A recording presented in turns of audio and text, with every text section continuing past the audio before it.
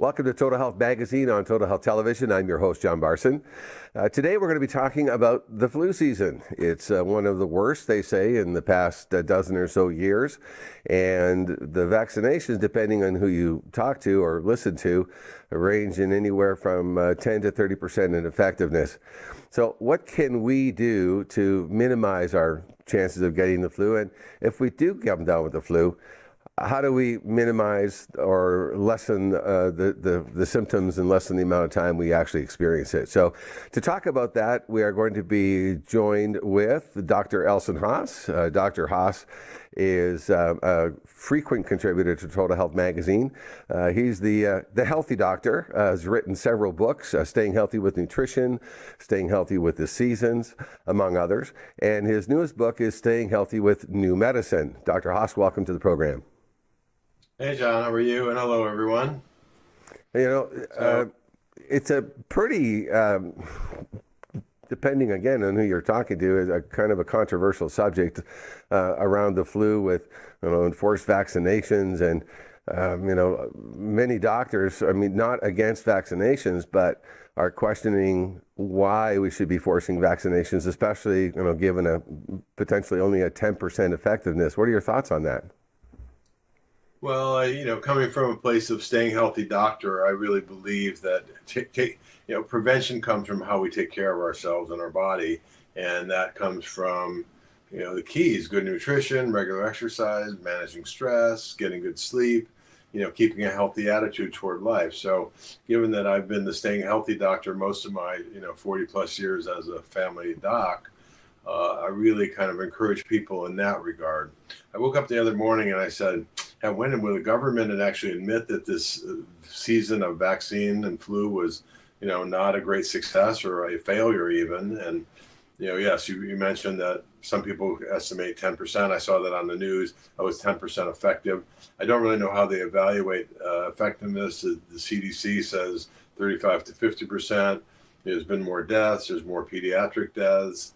And definitely there's an approach that maybe is a more middle ground approach for, does everybody get vaccines, or those only who want it? I have consultations all the time with patients about, should I vaccinate? Should I get this one? Should I get that one? And really what it comes down to is personal choice. My message with patients is, have you had the vaccine before? Did you handle it all right? Did you not get sick? And if you haven't had vaccines, some people just say, no, I've never had one. I personally have not ever had a flu vaccine. And luckily I haven't gotten sick, or maybe it's from all my good efforts at taking care of myself. But if you haven't had it and you haven't gotten sick, fine. But a lot of times they had a bad flu one year and they didn't get a shot, next year they'll get one. We still haven't been able to evaluate. I have a researcher friend, Sandra Barrett, who I've worked on a book called Ultimate Immunity with. And it's a really nice book about how to keep our immune system healthy and what to do with autoimmune issues and all that. And she hasn't had vaccines either. And she was a virus researcher at University of San Francisco, the medical center there. And she said she worked with viruses all the time. So she actually believes she had kind of immunity just from being exposed to so many viruses during that period of time, even though it's 20 years ago. I said, say you develop lifelong immunity, and she believes that. And I think, our belief system affects a lot of what we experience. One of my messages I've said for decades now is, healthy bodies don't get sick very easily. Doesn't mean we can't get sick. But when and a healthy body, if people who look at my Staying Healthy with New Medicine book, which New stands for Integrating Natural, Eastern, and Western. It's an acronym that I have used. And really that's what I've incorporated from Staying Healthy with the Seasons at the beginning of my career. Is like, I learned a lot of value from studying natural medicine, from studying, Chinese traditional medicine, about how to really care for our body. And that's really important. So at the core, I have a whole chapter on causes of disease. And I don't think causes of disease, even though germs do cause disease, they're not the primary causes. When we don't take care of our body and it's inflamed or congested, viruses and other organisms can take hold more readily and spread. And so that's why I say healthy bodies don't get sick very easily. Well, especially, in our society, there's so much consumption of sugar. I mean, that's one of the biggest contributors to a suppressed immune system. Yeah, there was some preliminary research that showed sugar reduced your immune fighting capability of your white blood cells, but that hasn't really been corroborated over the years, and that's a question. But I see a lot of times people who binge on sugar, or and they get sick, or just the whole holiday time. The article that I have in Total Health is called "Flu Fighters and Prevention," and so what happens, when we get it more exposed, in the winter time. The body's cooler, our defenses are sometimes down. We're also just this, as a staying healthy with the seasons practitioner, I see that there's an inherent conflict over the holiday time, November, December, January. Because ideally our body wants to stay warm, close to home, get more rest, get more warm, nourishing food, and yet we're pulled out of ourselves to go out and party and have more rich food and alcohol and sugar and all that. And I think it really does stress and weaken our body, because when we have healthy cells, those cells are, those millions of cells we have, trillions of cells we have, they need all the nutrients to do all the functions, and they need to have not that many toxins that are irritants and it cause inflammation and poor functioning. And so at the core of my causes of disease chart in New Medicine book is the cell. And, the concern there is deficiency and toxicity. And that's why I'm such a fan of detoxification and I'm actually started doing online courses around the country now, which is really cool with the technology we have, on detox. So I just guided a group. Yeah, that's a whole program. That's a whole program just talking about detox. Yeah, that's a great discussion too, because it really benefits so many people. Right. Well, I read a study that was published from a lab in Italy last spring. They had tested over 1,200 batches of vaccines that they purchased from around the world, common vaccines, and they discovered that every single human vaccine they tested was contaminated with toxic and cancer-causing heavy metals. So you're right. I mean, especially children's vaccines, you certainly don't want to be loading up toxic heavy metals on kids. But one thing I wanted to comment on was that I think that a lot of people, that when they do get the flu vaccine, it's kind of like, the silver bullet. They don't have to do anything else now because now they're protected. And really, I think that as you point out in your article, there's a lot you can do for prevention, and just getting a vaccine, it doesn't prevent the flu, as we know.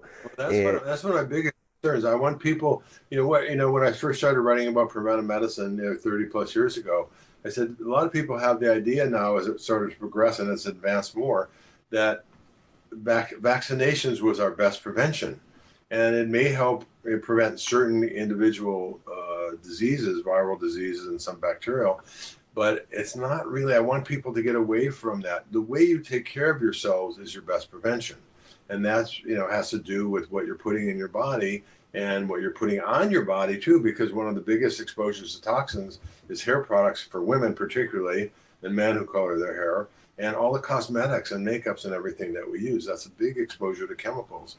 So my career has been focused on nourish your body with healthy food and getting all the nutrients you need, and limiting the amount of toxin exposure that you have. To me, that's the number one guidance I have for all my patients. And even my questionnaire that I've been using for many decades is looks at all the habits you have. How much caffeine do you drink? How much alcohol? How many chemical additive foods do you have? And all these different aspects that allow us, I believe, to keep a healthier tissues. And when we have healthier tissues, they're able to function well and fend us off, because our body detoxifies all the time, and it also has immune function that helps defend us against. We're all exposed to viruses and other germs every day. And when do we not? We either get overloaded with them, or we get something that's gets deeper into our body. And so, and I almost think that, especially from studying energy medicine and Chinese medicine, is that the vision we have of our body, and oftentimes I picture myself surrounded in light, and gold or silver or whatever color you like, and that purifies things as they come toward me.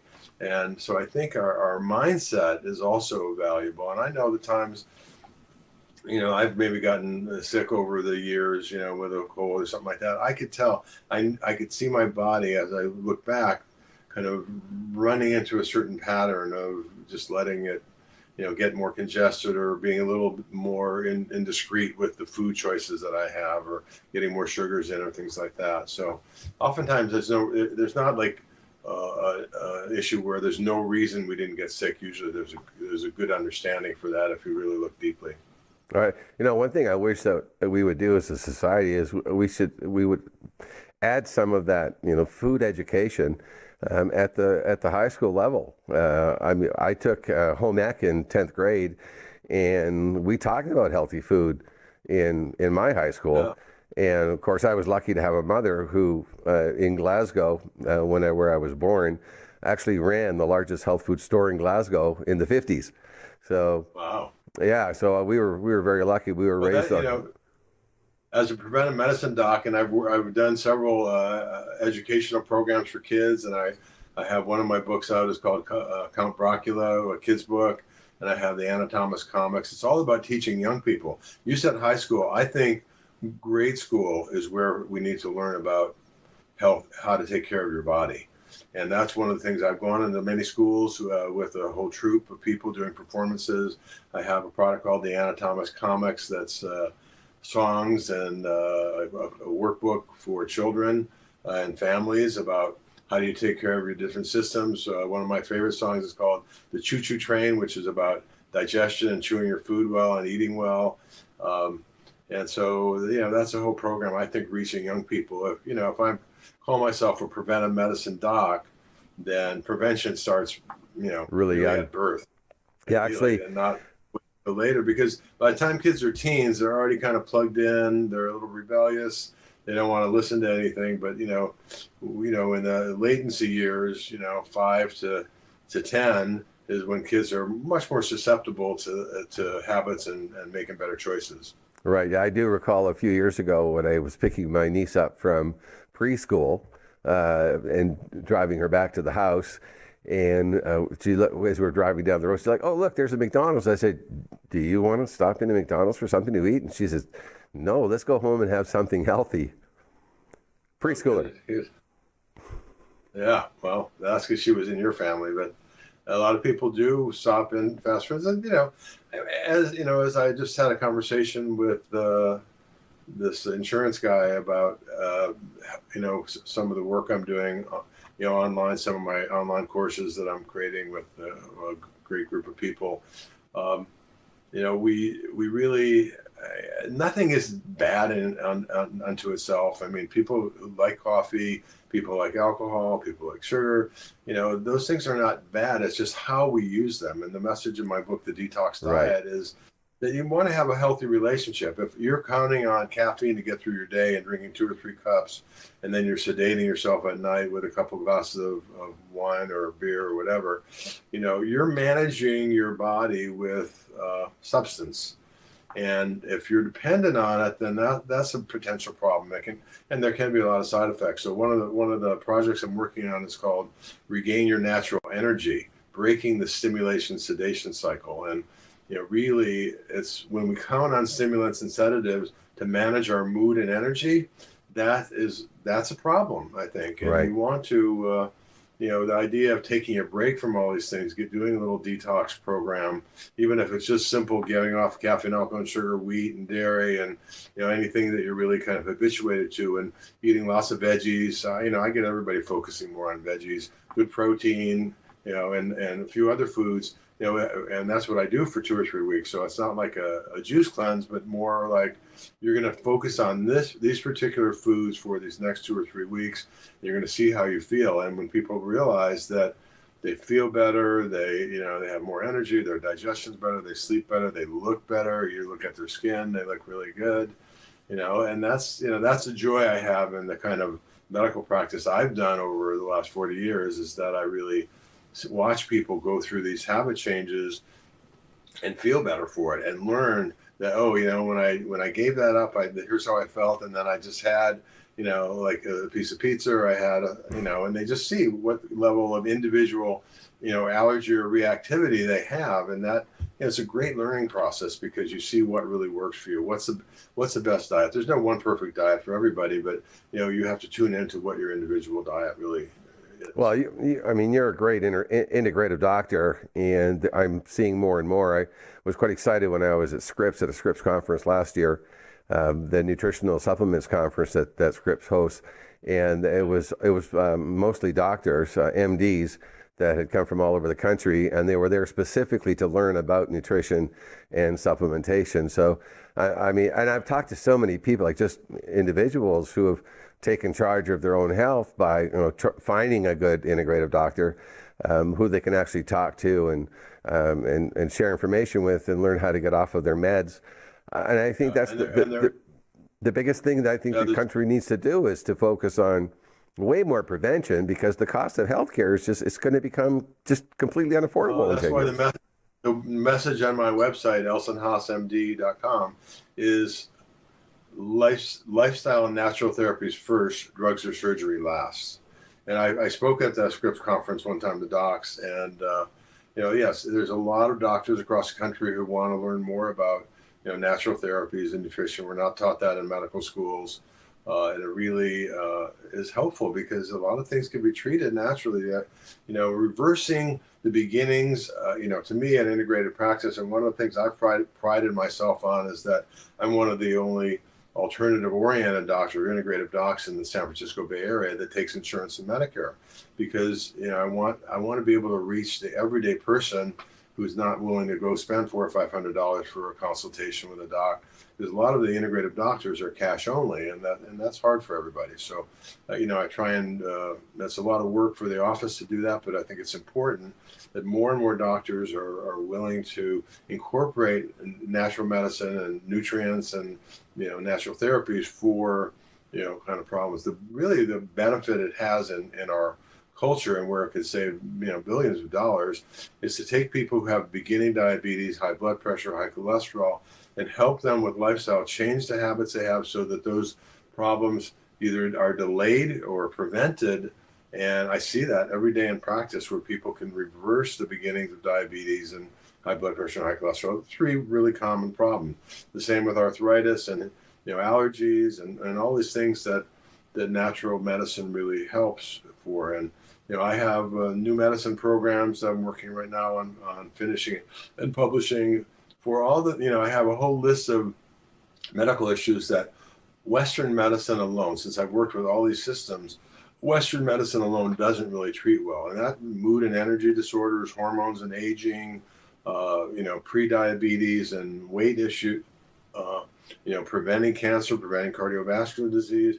There's a lot of things that we can do as individuals and as practitioners to really help delay and those very, very expensive illnesses that people have, that most doctors, as soon as you go to them with your blood sugar off a little bit, you're on medicines really for the rest of your life, and they're there to just manage your medicines and medical care. And not that that's not a great service, but you can do so much more than that if you get involved individually to really take care of yourself and work cooperatively with your doctor to try and reverse some of those things, so you're able to lower those medicines. I see that all the time. Yeah, I would just love to see more doctors, really educate their patients on side effects and what they can do to, if they have to put them on a drug regimen, that they support their body, whether it's, statin drugs and taking probiotics or whatever it happens to be, or statin drugs and CoQ10, not probiotics, but everybody should be. Oh, well, John, the word doctor it comes from the Latin derivative docere, which means teacher. So the old guy, and even early on in my career, I said I want to be like the barefoot doctors. I want to get paid to keep people healthy, and hopefully if they listen to not just my wisdom, but the wisdom of nature and pay attention to the seasons and the cycles. Even Hippocrates said, whoever wishes to investigate medicine should proceed thus. Look at the seasons of the year and what effects they each have on us. And that's really, to me, a beginning step. And one of the simpler messages in health and healthcare is to just tune into your own cycles and take care of yourself in a way that you get proper rest and you get proper nutrition and you get proper exercise. And even there's studies that show that when they infected people with cold viruses, that the ones who had much more stress through questionnaires that they did were much more likely to get sick with it than those who were less stressed. Right. So the stress is a big one. Studies like that, and so that that's kind of the basic view, is that we can do a lot more, but we didn't talk really about some of the things people can do to at the beginning. Like if I start to feel like I'm getting sick, like my throat's a little scratchy or I feel like a cold coming on, I will do fresh garlic, I'll do ginger tea, I'll do some of the herbal combination teas out, like there's one called Gypsy Cold Care. There's a variety of herbs. I actually do an increase, and I have in the article, using a certain way of using vitamin A to help fight infection off. You can use olive leaf extract. You can use oregano oil. There's other herbs like astragalus. There's particular products for colds that help strengthen your immunity and help reduce viruses. Hydrate, get sleep. All these different things. So there are things to do, but you need to jump on it quickly. If you wait till 3 or 4 or 5 days into a cold or a cough or things like that. And what I've been seeing a lot lately is people get a cough and it just lingers. And when you get bad flu, it's pretty clear. I mean, you really don't feel well. But a lot of people just get a cold and it goes into their chest. I've seen that a lot also this year. Right. Well, yeah, one thing I do, I triple my dose. I take 5,000 IUs of vitamin D every day, and I triple it or quadruple it if I feel something coming on, and and then the next day there's nothing there. But I've got something for you that might be of interest to you coming up tomorrow. I'm doing an interview on a study that was just recently done showing how silver biotics actually absolutely destroyed the flu virus in vitro. Right. So and it might be, but you have to get a good amount of it in your body to get levels of it to knock it out. If you expose if you use it in your throat or in your sinuses, some people use that may help. Because silver has some antibiotic effects. Fresh garlic does. So I have people make a nice hot soup, either chicken, veggie, or just vegetable soup, and when the soup's in front of them, they press 2 or 3 or 4 cloves of garlic in it and eat it that way, rather than cooking. If you cook the garlic, you lose some of that effectiveness. Oh, I never thought of that. That's a good idea. A number of nutrients. Yeah, a number of nutrients really can help, offend your body a little bit. And D is definitely one of them. A is another. Vitamin C. I take vitamin C like every hour when I start to feel like I'm sick. So there's a lot of things you can do. Does it work for everybody? Are there good studies for it? No. They're not great studies, and nothing works for everybody. But definitely, goes. And some people, choose to take. There's a medicine. I rarely prescribe things like Tamiflu, even though there is, some effectiveness there. It doesn't seem to, in the initial studies, it didn't seem to really shorten the severity or the length of getting a cold and feeling sick. So. And it's, not inexpensive to do that. So, but some people still like to try it, but sometimes it works. And sometimes people get, they get bronchial stuff that goes deeper. There's probably bacteria component there. I'm not adverse to giving people who are sick or I have to fly in the next 3 days, and you give them a short course of antibiotics. Zithromax has gotten really popular as a way for that. It's just a simple treatment with, one pill a day after you take 2 the first day. But again, lifestyle, natural therapies first, drugs, as a second round. Right, last resort. Really acutely ill, then, and that's my whole approach as a family doc. Right. Well, we're running out of time here, so I want to thank you for this. The body has an amazing ability to heal, and the things we're talking about here, it's never too late to start. It's never too late to change your lifestyle, no matter what age you are.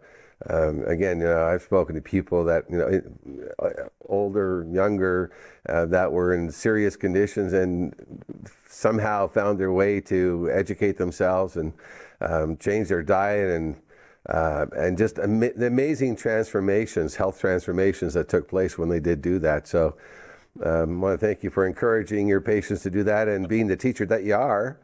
And we look forward to talking to you again. Yeah, and that's a good message, John. It's never too late to start. I have people in their 80s doing detox with me. I have people who are 14 or 15 doing it, so it really is, if you put the effort into it at any time, you're going to see the benefit. Right, absolutely. Stay healthy, everybody. All right, well, we see the benefits of having you with us here at Total Health, so thanks for being part of our family.